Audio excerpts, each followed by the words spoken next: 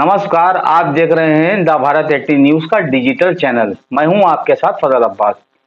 शिया central वक्फ board में CEO की नियुक्ति से शिया समुदाय में खुशी की लहर। और वक्फ को बेचकर लाखों करोड़ों कमाने वाले भ्रष्टाचारी सदमे में चले गए। शिया समुदाय में चर्चा हो रही है कि पहली मुहर्रम से लेकर 10 मुहर्रम तक मौलाना कल्बे जवाद साहब मिंबर से मजलिसों में शिया वक्फ हुसैनाबाद ट्रस्ट के साथ साथ सीईओ शिया वक्फ और आलमनगर स्थित वक्फ सज्जादिया में अवैध निर्माण को रुकवाने वाले लेखपाल को टारगेट करेंगे। शिया समुदाय को उकसाकर अपने प्रोटेस्ट में शामिल करके भीड़ तंत्र को उपद्रवी बनाएंगे। ये भी कह रहे हैं लोग कि गुंडा संगठन हुसैनी टाइगर और इसका सरगना और मास्टरमाइंड हिस्ट्री शीटर जो मौलाना कल्बे जवाद साहब का भाई भी है, जिसने यूपी के कई जिलों में अपने इसी गुंडा संगठन की ब्रांचें खोल रखी हैं। इसके संगठन में ज्यादातर आपराधिक मानसिकता या क्रिमिनल रिकॉर्ड के लोग जुड़े हुए हैं। ये भी लोगों में चर्चा हो रही है दामाद ससुर और ससुर का भाई हिस्ट्री शीटर योजनाबद्ध तरीके से भ्रष्टाचार करते हैं। लोगों ने चर्चा के दौरान सबूत के तौर पर यह बात कही कि आपने देखा कि जल निगम की जमीन के जिसको वक्फ की जमीन बताया जा रहा था कि ये करबला की जमीन है, और किस तरह से उसका मुकदमा जल निगम के पक्ष में हुआ, क्योंकि कानून जो फैसला करता है वो सही और सच्चा फैसला होता है। लोगों में ये भी चर्चा हो रही है किसी तरह इन लोगों ने कई संपत्तियों में वक्फ बताकर यही काम किया होगा। यहाँ जल निगम के कर्मचारियों की मेहनत और कोशिश से वो लोग तो जीत गए, हो सकता है दूसरे लोग जीत ना पाए हों इनसे। यही नहीं, चेयरमैन के कहने से 37 नंबर धारा 37 नंबर जो शिया वक्फ बोर्ड का खाता होता है उससे 6 खसरे डिलीट कर दिए गए जो वक्फ मीर माजिद अली के थे, और उसको अग्रसेन स्कूल को दे दिया गया। इसी तरह रानी रसूलपुर और मिर्जा ज़ैना की मस्जिद गुलाम हुसैन का पुल, इसी तरह के कई मामले उत्तर प्रदेश में सुर्खियों पर रहे।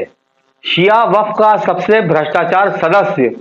मौलाना रजा हुसैन कि जिसके पास चलने के लिए साइकिल भी नहीं थी, और शिया वक्फ का सदस्य बनते ही इसके 2 मैरिज हॉल बन गए जो करोड़ों की लागत के हैं और कार से चलता और काफी बैंक बैलेंस बना लिया।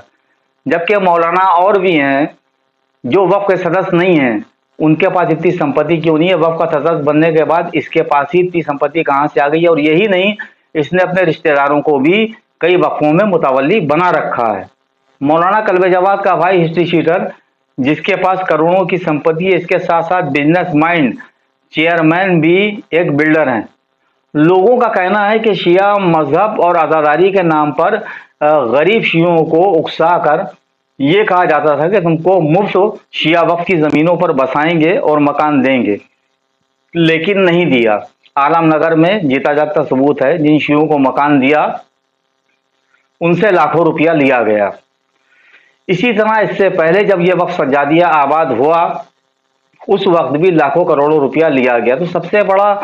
सवाल यही है, क्या मुतवल्ली बनने के इतने फायदे हैं कि भ्रष्टाचार करो और सरपरस्त जब चेयरमैन अली जदी जैसा हो तो उसके खिलाफ कोई कार्रवाई होना नहीं है?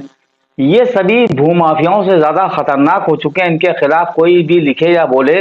तो ये कहकर धमकी देते हैं कि हम आरएसएस से जुड़े हैं, भाजपा में भाजपा के बड़े नेताओं के हम बहुत करीबी हैं, योगी सरकार में हमारी बड़ी इज्जत और हमारा बड़ा रुतबा है। ये कहकर और योगी जी के साथ और उन नेताओं के साथ फोटो खिंचवा कर ये लोग सोशल मीडिया पर वायरल करते हैं कि जिसकी वजह से इनके भ्रष्टाचारों के खिलाफ लोग बोलते हुए डरते हैं कि कहीं इनको सरकार का संरक्षण तो नहीं मिला है कि हम बोले तो हमारे खिलाफ कार्रवाई हो जाए। इस तरह का ये लोग माइंड यूज करते हैं। शिया समाज इसको लेकर बहुत रोष में था और अभी भी है। इसलिए कि चुनाव के दौरान जब मौलाना ने भाजपा को वोट देने के लिए कहा तो लोग नाराज हो गए, और इस तरह भाजपा का शिया वोट कट गया और इधर उधर पार्टियों में बंट गया।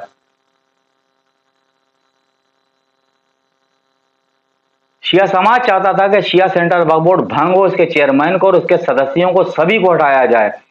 और इसके जितने भी भ्रष्टाचार में लिप्त पाए जाए, जिनके खिलाफ साक्ष्य मौजूद हो या जो जांच में दोषी पाए जाए, इन सब के खिलाफ कड़ी और सख्त कार्रवाई की जाए। शिया समाज में आजकल ये भी चर्चा आम है, जब से मुहर्रम शुरू होने वाला है, मुहर्रम की आज पहली तारीख हो गई है, मुहर्रम शुरू होने वाला है, तो एक दिन पहले यानी कि 29 मुहर्रम को ये सब चर्चाएं हो रही थी और बहुत ज़्यादा तूल पकड़ी थी कि अमेठी करबला जो मौजूदा चेयरमैन है इन्हीं के कार्यकाल में बिकी और इन्हीं के बनाए हुए मुतवलिया के कार्यकाल में वो करबला बिकी। और कमाल की बात है 2 वर्षों से चेयरमैन को पता था। इनकी वीडियो हमारे श्रमबेरी समाचार पर पड़ी हुई है और इनकी फेसबुक पर भी इनकी वीडियो होगी, आप देख सकते हैं जाकर कि 2 वर्षों से इनको पता था, लेकिन ये कहकर ये टालते रहे कि शिया वक्फ की ज़मीन ना कोई खरीद सकता है ना कोई बेच सकता है, लेकिन खरीदी भी गई और बेची भी गई। और कमाल की बात यह है कि 2 वर्षों से जिस चेयरमैन को अमेठी करबला के बारे में पता हो, उसने ना बेचने वाले ना खरीदने वाले के खिलाफ 52 की कार्रवाई नहीं कराई। जब बहुत ज्यादा मामला ये तूल पकड़ने लगा और करबला खरीदने वाले ने इन लोगों के खिलाफ मुकदमा कर दिया, उसके बाद 52 का नोटिस एक पेपर में छपवाकर ऐड करा दिया गया कि हमने कार्रवाई कर दी। इसके बाद कोई ठोस और कोई मजबूत कार्रवाई नहीं की गई और आज भी अमेठी करबला का मामला पेंडिंग में पड़ा हुआ है,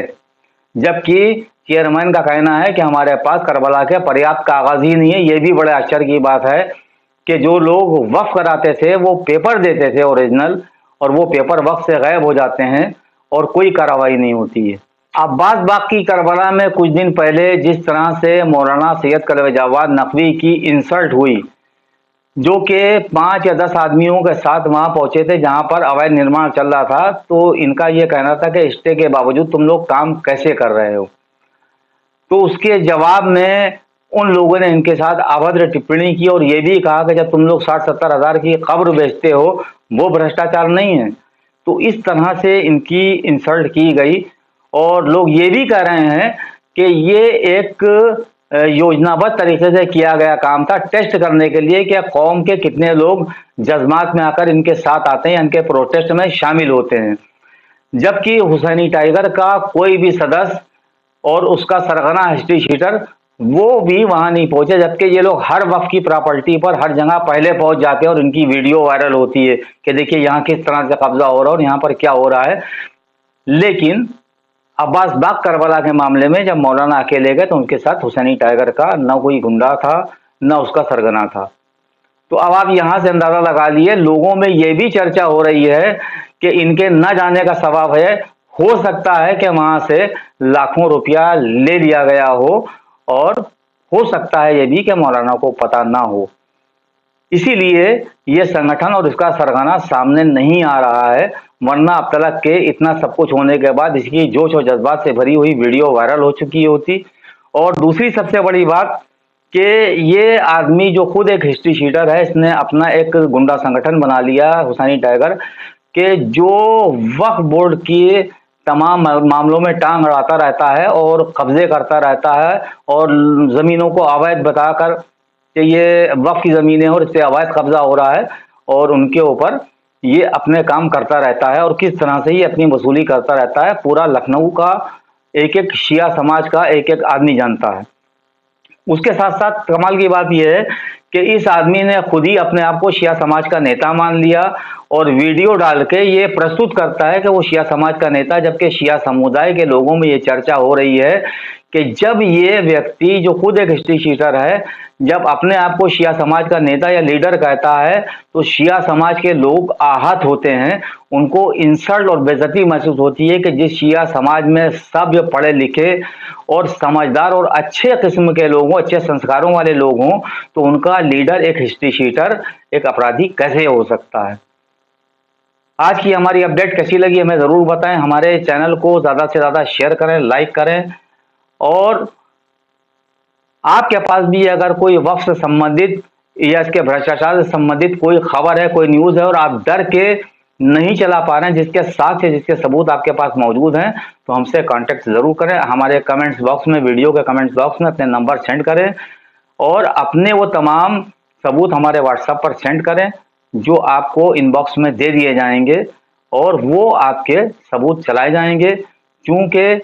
शिया समाज को बहुत प्रसन्नता उस समय हुई और योगी सरकार की बहुत ज़्यादा प्रशंसा हो रही है कि जिसने शिया सेंट्रल वक्फ बोर्ड में सीईओ की नियुक्ति कर दी, जिससे शिया समाज बहुत खुश है कि अब वक्फ बोर्ड बर्बाद करने वाले, खुर्द-बुर्द करने वाले भ्रष्टाचारियों पर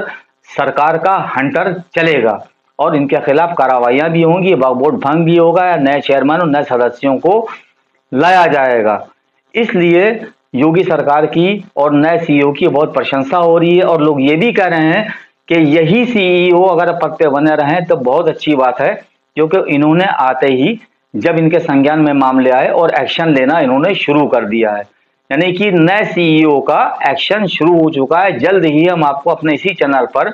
उनके वो तमाम कारनामे दिखाएंगे कि जो वक्फ बोर्ड भ्रष्टाचारियों के खिलाफ वो कार्रवाई कराएंगे। देखते रहिए द भारत 80 न्यूज का डिजिटल चैनल। नमस्कार, जय हिंद।